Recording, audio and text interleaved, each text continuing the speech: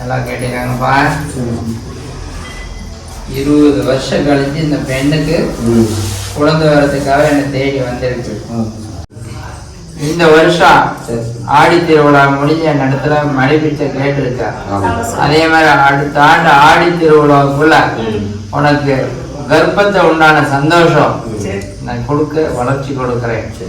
அந்த மாதிரி நடந்து ஒரு சந்தோஷமா இருக்கும்போது ஆடி மாதம் என்னுடைய திருவிழாவுக்கு என் சக்திகரகம் வரும்.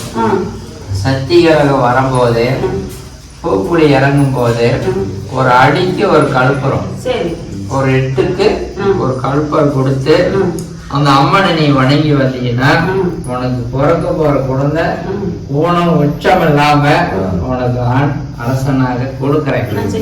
யார் மனசு உனக்கு சப்போர்ட்டா துணைவா இல்லைனாலும் இந்த வளர்ந்து கொண்டிருக்கிற காளியம்மன் உனக்கு துணை